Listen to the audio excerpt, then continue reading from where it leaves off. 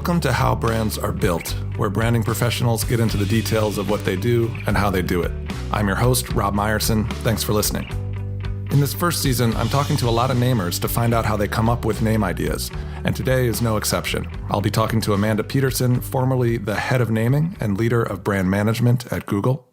She helped establish Alphabet, Google's parent company, as well as sister companies like Waymo, Alphabet's self-driving car company. Before Google, Amanda headed up naming at HP, before I held that role, and also worked at Logitech and Landor. She recently left Silicon Valley and is now head of marketing and communications at the Milwaukee Art Museum. I first met Amanda when I was at Interbrand, and she was my client at HP.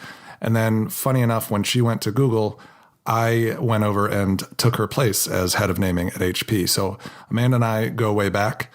She is brilliant, creative, and very funny, and I think you'll enjoy what she has to say about naming.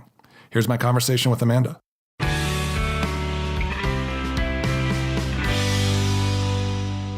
Hi, Amanda. Thanks for making time to chat.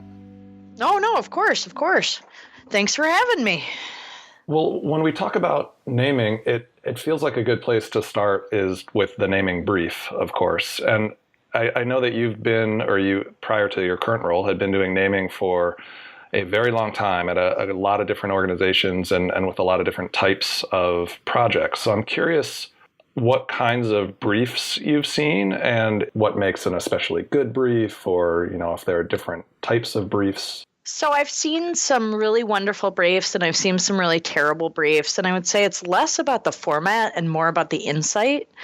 So I would say that the worst briefs are the ones that presume to know naming better than the namer. So things like must be a verb, like criteria that isn't measurable, isn't useful, and doesn't actually have any linguistic bearing. Right.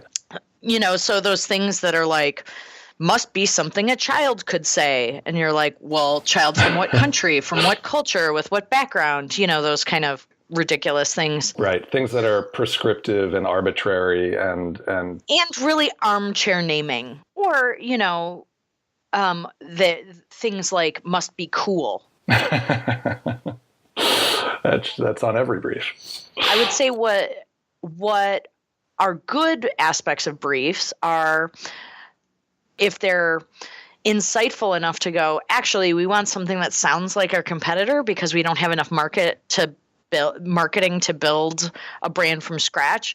Like being honest with the namer about the problems with the product, where it's like, hey, it's really good at XYZ, but it's really terrible at this. So stay away from those stories. A little bit of brand therapy is actually really useful for naming. And I would say other names that the stakeholders have thrown around. But I would say some of the best briefs are actually when you write the brief together with the client and say, okay, what names do you like out there in the market? Is that because of the campaign out there? Do you like the sound of it? And where the namer themselves actually breaks down and probes the aspects of the name. Oh, do you like it because it's fanciful? Do you like it because it's locative? Do you like it because it's eponymous? Do you like the story behind it? You're able to extract things that, unless you have an insanely good strategist that you're partnering with, normally wouldn't show up on a brief when it's like a panicked client who's pulling it together. They're like, we need something cool that speaks to millennials. Our version of Apple or our version of Uber or something like that. One of the best things about going to work for Google was after years of working on the consulting side, and everybody would say, we want something fun like the name Google. And and I would say, oh, but the name Google is only the name Google because the product was amazing. The name's kind of silly. And so going over to the Google side, it was a lot of fun to be like, yeah, the name still is silly. Let's talk about name generation. So we talked about a brief a little bit. So let's assume you've received a brief and it's one of the better ones, and you sit down to start coming up with names. I've never really talked to you about how you do that versus, I guess, how other namers do it. So just at a really high level, walk me through what you do first. So some of it is I do a mind map where I really let myself be nonlinear. So I'll put the core concepts on a whiteboard or on Post-it notes. I look a little bit like a conspiracy theorist because I'm like posting things or writing things and showing connections. Exactly. And so what I'll do is kind of lay out all the possible territories that the strategy, that that everything else is going towards, and try to establish some stories. And those can be emotional stories like fun and lively and this.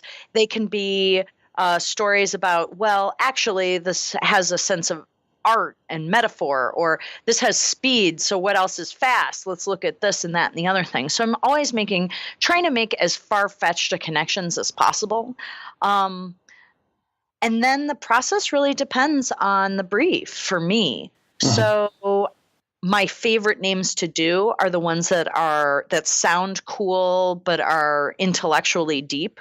So the name that I wish I came up with was Bluetooth. I really love it. I love it in so many ways because in a world of BlackBerry, where everybody was coming up with these arbitrary names, they came up with a name that sounded arbitrary but actually had this deep, like super Wikipedia credibility meaning. And what is the meaning behind Bluetooth, just really briefly? Bluetooth is the nickname of the king that united all the Viking people into a single fighting force. And so there were all these competing standards, and they were bringing it into one wireless standard. And so they decided to bring that together. And so if you just think it's if you're an end consumer and you just think it's a fun name and it's very memorable, but if you are an engineer or just somebody who's going to or a developer who's going to spend a lot of time with it, that idea of this deep backstory, right? Meaning and backstory. And if you look at the logo, that's actually the runestone for, I guess, Admiral King. Wow. Bluetooth's, that's his rune. So they like carried it out really nicely. It's kind of a beautiful brand. You just mentioned a couple of tools that you use. You said whiteboards and Post-it notes. So just a really tactical, in the weeds question, what other tools do you use, whether they're digital or analog? Are there other programs or materials that you frequent while naming? I have an insane collection of reference books. I love paper reference books. So I have right behind me, I have the Dictionary of Imaginary Places, the Dictionary of the Occult, Dictionary of Symbols, Elements of Style. I have a biology textbook. I have some brand books. I have Crabbe's English synonyms. I have lists of words and references. The Secret Language of Symbols. Are there some that you feel like you pick up more often than others, or a few that you feel like you pick up on even the majority of projects? Brewer's Dictionary of Phrase and Fable is one of my favorites. It brings together a lot of nonlinear thinking. The Flip Dictionary, which I think is every namer's favorite book, is a good place to start. I would say the reference books that are actually about language, like the Describer's Dictionary or the Flip Dictionary, are better for extending my mind mapping than they are for finding the end name. I love Wikipedia. I love onelook.com. Yep. It's just amazing. Anything else online that you go to a lot? I think, WordNik is fantastic. I love what they're doing because they're pulling together a lot of different resources and how language is actually used rather than, the prescribed way. I use a lot of Google searching. We talked about digital versus analog resources. What about just tools that you use? Do you work in Word, or I know a lot of namers will list out name ideas in Excel so that they can be sorted? Well, I think... Having been at Google, I always use Google Docs. So I start in Docs and then I dump it into a Google Sheet for the sorting. And, I have a little script for deduping and stuff like that I write. But I actually still prefer just Docs or a text document, right? Because anything that gets in the way even thinking about jumping to the next cell, you can lose your ideas. But I think that's kind of a raw dump. Yeah. When I started at Landor, I was doing some naming at Mervyn's when they were owned by Target. And I thought I was clever when I came up with 25 names. And I'd be like, here's 25 names. Let's narrow it down to 5. Okay, let's get these 5 to legal. And one of them will be our new dish line. And I was like, I'm a namer. And then I went to Landor and I turned in my first name list. And Anthony Shore, who was the head of verbal naming at the time at Landor, was like, where's the rest? Yeah, where are the other 150 ideas? And I was like, in my head, and he's like, no, I want your notes. I want all that. And I was like, but some of them are bad. He's like, the bad ideas are what inspire the rest of the team. And he really got me to, he changed my work process from quality through quantity. One of the things leading brainstorms with non-professional namers is giving them those first 200 ideas and going, it's none of these, right? And so that you get the most obvious 100 out. Yeah. So that you don't have to have a conversation about calling it, I don't know, Nimbus or Cumulus for a cloud product, right? Like the most obvious connections, they're bad, they're gone, and they're not getting us anything. That's a good tip for getting the ball rolling, especially in a group brainstorm session. Do you have any other little tips or tricks that you use, whether it's individually or with a group? I'm not a huge fan of, I've never seen a brainstorm actually generate from start to finish great names. Right. What I think brainstorms are really good at establishing new stories. So just like I talk about with the mind map of, hey, what are some territories for exploring? Like, radio history, then I'll go off and do research on the history of radio and suggest some of those names kind of thing. But I actually think that there's some intelligence, whether that's linguistic intelligence or doing research, that you don't get in a brainstorm. If you can get it in an hour, well, somebody else has already gotten that name in an hour. So it's great to come up with the stories, or it's great to bring a list of a few hundred and narrow down in a group and maybe add a few inspired by that. But I think it's a really unrealistic expectation that you're going to get anything like that. Your team somehow is going to come up with something brilliant in an hour that your competitor didn't come up with in the last year and a half. I completely agree. Yeah, I always tell clients that the brainstorm we do together, or even if it's just one person, one-on-one, is a start point, not an end point. Yep. Anything else that you use to I don't know if you ever feel like you're sort of at the end of your rope on a naming project, or just things that help you expand your creative thinking? Well, I would say putting it down and coming back to it. There's that sense of the best ideas I've always come up with are the ones when I'm not working. And so that's the walk to the bathroom. That's the walk for coffee. And I don't mean like walking with a coworker and talking through the problem. I mean, honestly, the white space of walking away from it and then going back to it. And that'll bring in those kind of nonlinear things that I really like. Do you follow any kind of even rules of thumb around time management while working on naming? Do you feel like you need to sit with it for a solid chunk of time, or you need to be away from it for a solid chunk of time in order to really be productive? I really like having long chunks of time. I don't know if you're familiar with the concept of manager time versus worker time, or programmer time versus project manager time. It's the sense that people who are in meetings professionally are really good at finding half-hour chunks to be really productive in. But people who are deeply creating, you spend the first 15, 20 minutes getting back into a headspace where you're creative. And whether it's a phone call, whether it's a coworker stopping by, whether it's Facebook, whether it's whatever, every time you're interrupted, it takes so many minutes to go back into flow, right? Right. And so I would never schedule less than 4 hours for actual creative generation. And that's 4 hours off the grid, out of office. Yeah, that 4 hours seems to be a pretty consistent rule of thumb that I've heard from namers. So that's good to hear.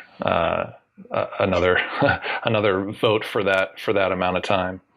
And if you talk to programmers, it's very much the same as that sense of flow. What about mistakes or pitfalls that you see people making, whether they're amateur or sort of new, younger people trying to get into naming as a profession, or just clients who are maybe only doing this once in their entire careers?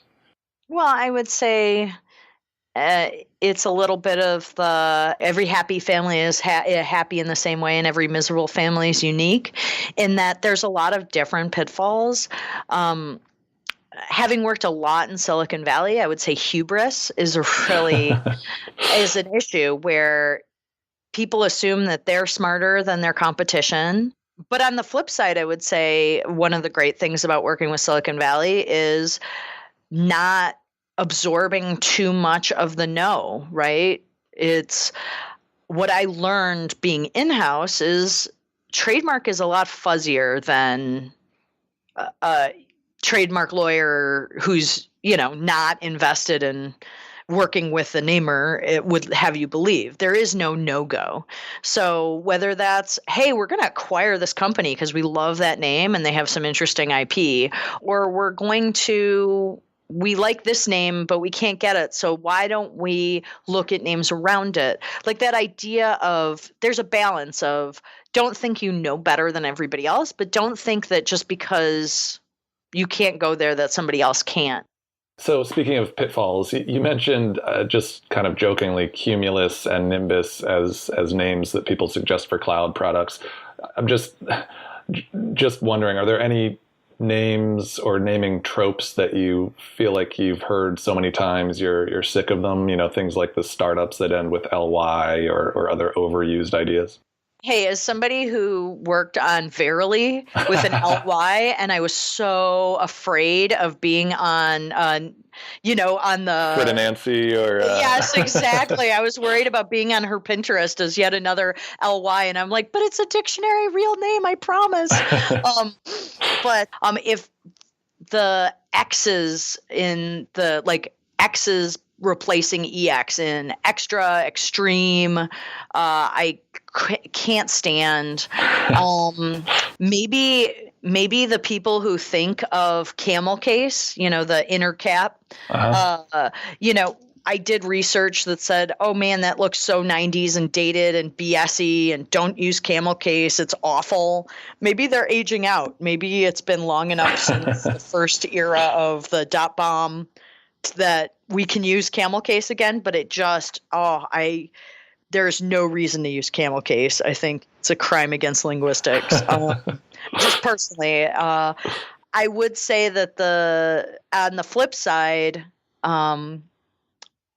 folks who think that young people want super, super clever, obtuse, made-up names without looking at the brands that are actually popular with millennials and younger.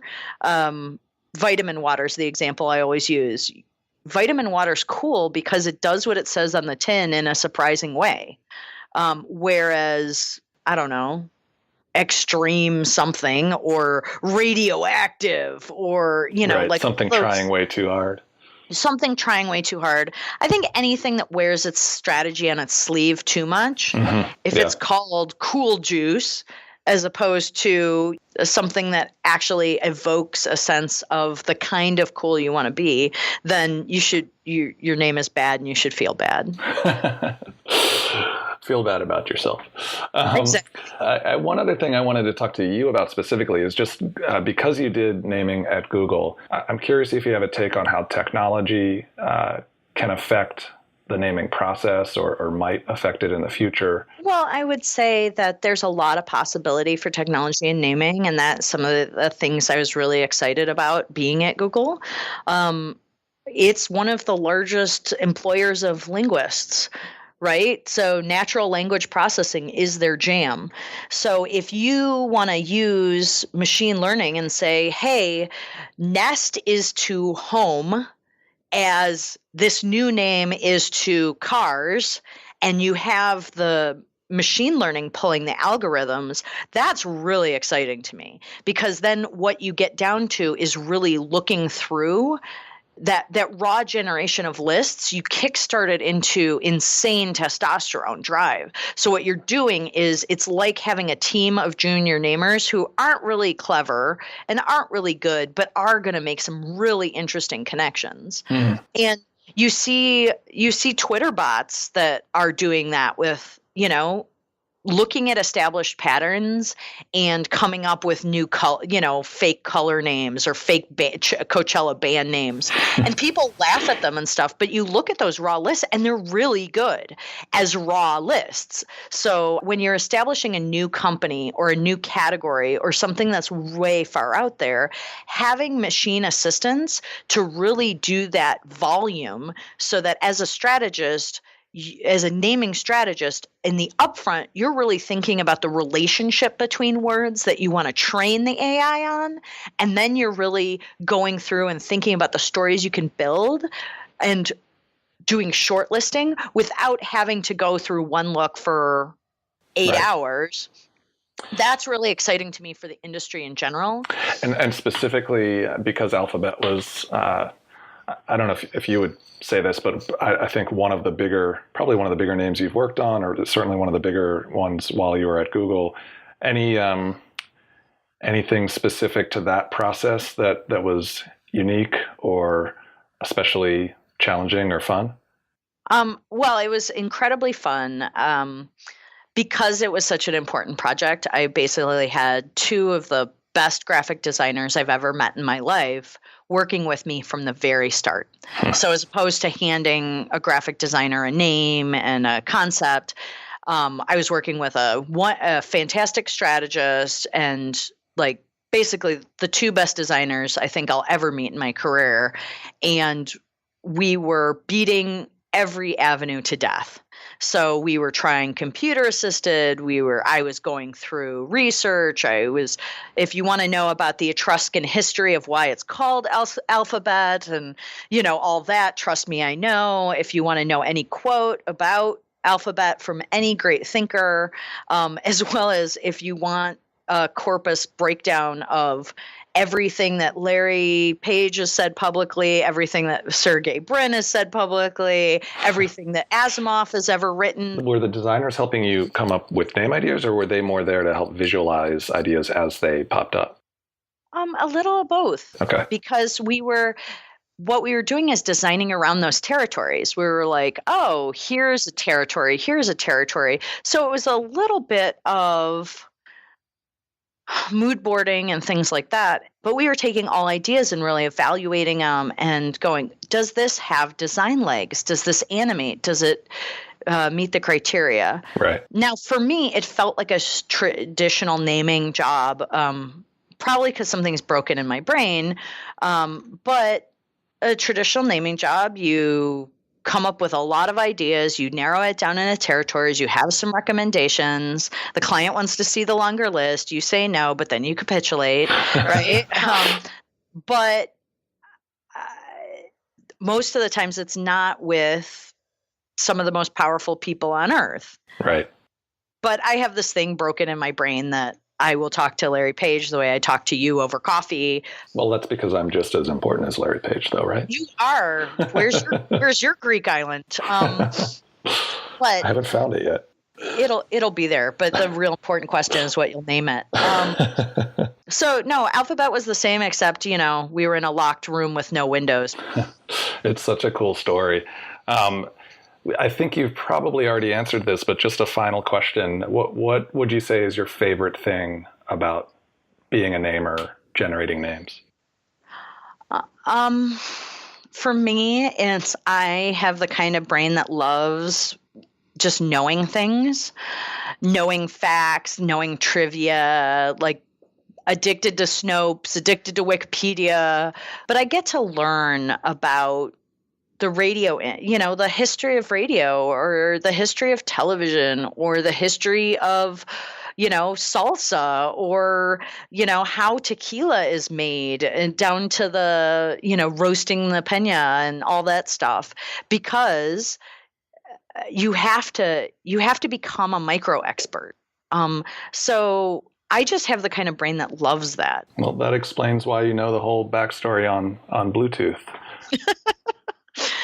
That's what excites me. So that's great. And I love doing it, and I love being able to kick anybody's butt in bar trivia, unless sports are involved. That's funny. You wouldn't think it, but naming makes you better at bar trivia than it does at Scrabble. Great. Well, thank you so much, Amanda, for spending some time with me, and I hope we'll talk again soon. Thanks, Rob. All right. Bye. Bye.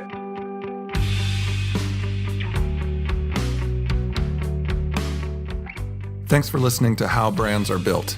If you like what you heard, please subscribe at iTunes or your podcasting service of choice, and leave a rating and a review. I'd love to hear what you think. You can also follow us on Twitter and Instagram, and visit us online at howbrandsarebuilt.com, where you can check out show notes, articles, blog posts, sign up for a newsletter, or contact me with any questions or suggestions. And if you have the chance, I hope you'll check out the Milwaukee Art Museum, where Amanda describes her role as making the world aware of a world-class art museum in the center of the country. You can also follow Amanda on Twitter at Amanda C. Peterson. How Brands Are Built is a production of Heirloom Agency, LLC. Our theme music is by Isha Erskine Project. I'm Rob Meyerson, and I'll talk to you next time.